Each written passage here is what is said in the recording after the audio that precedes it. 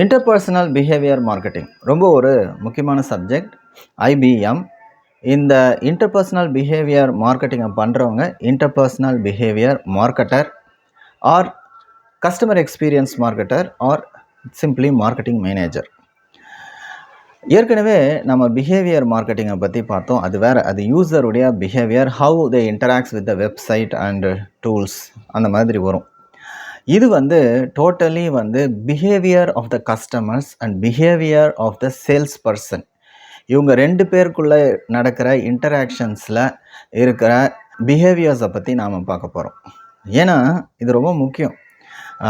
ஒரு கஸ்டமர் ஒரு ஷாப்புக்குள்ளே வரும்போது அவங்களுடைய பிஹேவியரை நாம் அனலைஸ் பண்ண வேண்டியது இருக்குது. ஒரு சேல்ஸ் பர்சன் ஒரு கஸ்டமர்ஸை அப்ரோச் பண்ணும்போது அவருடைய பிஹேவியரும் நம்ம அனலைஸ் பண்ண வேண்டியது இருக்குது. அப்போ தான் ஓவராலாக பிஸ்னஸ் இம்ப்ரூவ் ஆகும். இது ஒரு ஃபிசிக்கல் ஸ்டோராக இருந்தாலும் சரி, இது ஒரு ஆன்லைன் ஷாப்பாக இருந்தாலும் சரி, இல்லை ஒரு சர்வீஸ் இண்டஸ்ட்ரியாக இருந்தாலும் சரிங்க. இப்போ நான் ஒரு ஷாப் போயிருந்தேன், 2 டிஷர்ட் எடுத்தேங்க. டிஷர்ட்டு ஒரே ஒரு டிஷர்ட்டு போட்டேன், பத்தலை. அப்புறம் எல்லாத்தையும் பேக் பண்ணி ரிட்டர்ன் கொடுக்கலான்னு போயிட்டேன். அந்த டிஷர்ட் எடுக்கும்போதே ஆரம்பத்திலே சொன்னாங்க, உங்களுக்கு சரியாக பத்தலை அப்படின்னா ரிட்டர்ன் கொடுத்துருங்க அப்படின்னு சொல்லிட்டாங்க. ஸோ நம்மளும் வாங்கிட்டோம். ரிட்டர்ன் கொடுக்கும்போது அந்த சேல்ஸ் பர்சன் மதிக்க மாட்டிருக்காரு. ஸோ வர கஸ்டமர்ஸை தான் பார்க்குறாரே தவிர நம்மளை ஒரு ஓரமாக நிற்க வச்சிடுறாரு. நம்மளை ட்ரீட் பண்ணுற விதம் சரியில்லை, பேசுகிற விதம் சரியில்லை. இப்படிலாம் இருந்தாங்கன்னு வச்சுக்கோங்களேன், அந்த ஷாப் இம்ப்ரூவ் ஆகாது, பிஸ்னஸ் இம்ப்ரூவ் ஆகாது.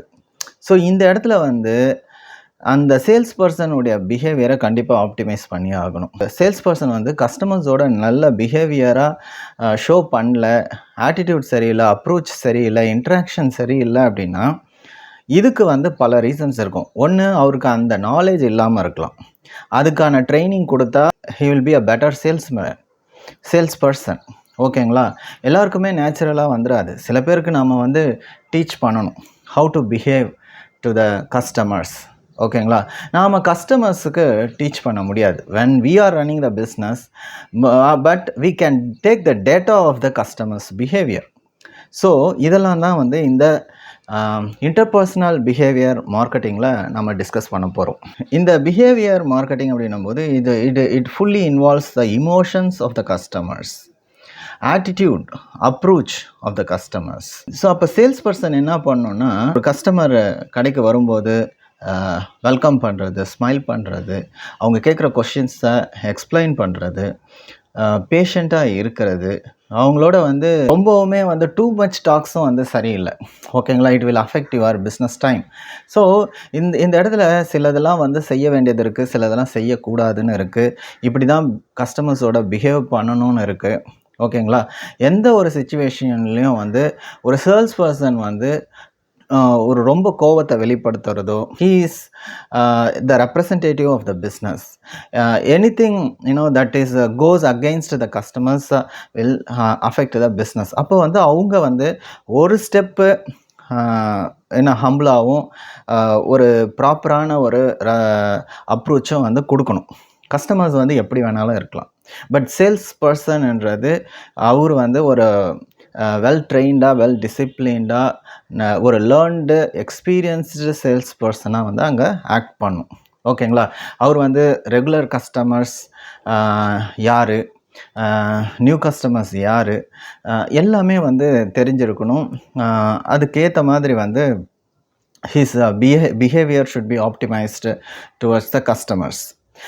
ஒரு சின்ன ஒரு விஷயம் எஸ்கலேட் ஆகுதுன்னா அதை சால்வ் பண்ணுற அந்த விஷயம் வேணும். ஸோ பாடி லாங்குவேஜ்லேருந்து ப்ராடக்ட் ஆர் சர்வீஸ் எக்ஸ்ப்ளனேஷன்ஸ்லேருந்து எல்லாமே அந்த பிஹேவியர்ஸ், அந்த attitudes and approach for the sales பர்சன்ன்றது ரொம்ப முக்கியம்.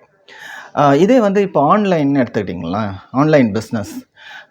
ஸோ அங்கே அந்த கம்யூனிகேஷன்ஸ்லாம் பார்த்திங்கன்னா ஹேப்பன்ஸ் த்ரூ ஆன்லைன். ஓகேங்களா?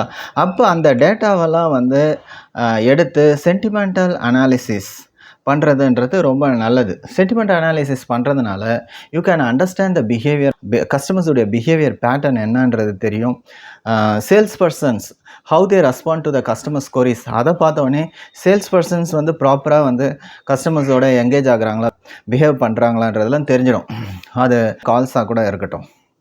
ஸோ அதை எடுத்து பார்க்கும்போது you can if you do the sentimental analysis you can understand all these things. இதை நீங்கள் ஒர்க் அவுட் பண்ணுறதுனால, இதை நீங்கள் இந்த டேட்டாஸ் எல்லாம் நீங்கள் எடுத்து அந்த பிஹேவியர்ஸை ஸ்டடி பண்ணுறதுனால டெஃபினட்டாக உங்களுடைய மார்க்கெட்டிங்கை இம்ப்ரூவ் பண்ணலாம். ஏன்னா if the behaviour of the sales person is good, if you understand the behavior of the customers, you can optimize your business and உங்களுடைய business grow ஆகும்.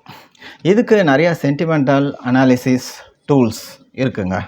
நம்ம ஷாப்புக்கு வர கஸ்டமர்ஸ் நம்மக்கிட்ட ஒரு ரெஸ்பெக்ட் எதிர்பார்ப்பாங்க. சில பேர் ஒரு சின்ன ஸ்மைல் எக்ஸ்பெக்ட் பண்ணுவாங்க. சில பேருக்கு அந்த பேஷன்ஸ் அண்ட் பொலைட்னஸ் உள்ள சேல்ஸ் பர்சனை ரொம்ப பிடிக்கும். இந்த மாதிரி பிஹேவியர் அப்படின்னு எடுத்துக்கிட்டிங்கன்னா அதில் பல விஷயங்கள் இருக்குது. இதெல்லாம் வந்து நீங்கள் டூல்ஸ் மூலியமாகவும் சாஃப்ட்வேர் மூலியமாக கூட ஒர்க் பண்ணலாம், ரிசால்வ் பண்ணலாம். இன்டர்பர்சனல் ஸ்கில்ஸ்ன்றது how effectively you interact with the people. இங்கே இன்டர்பர்சனல் பிஹேவியர் என்னும்போது how effectively you behave when you interact with your customers. இந்த interpersonal behaviour marketing strategies applies for both the small shops from the small business to the big business. முக்கியமாக B2Cக்கு இது ரொம்பவுமே ஹெல்ப்ஃபுல்லாக இருக்கும். Hope you understand about interpersonal behaviour marketing. Thank you very much. This is Sasikumar tax.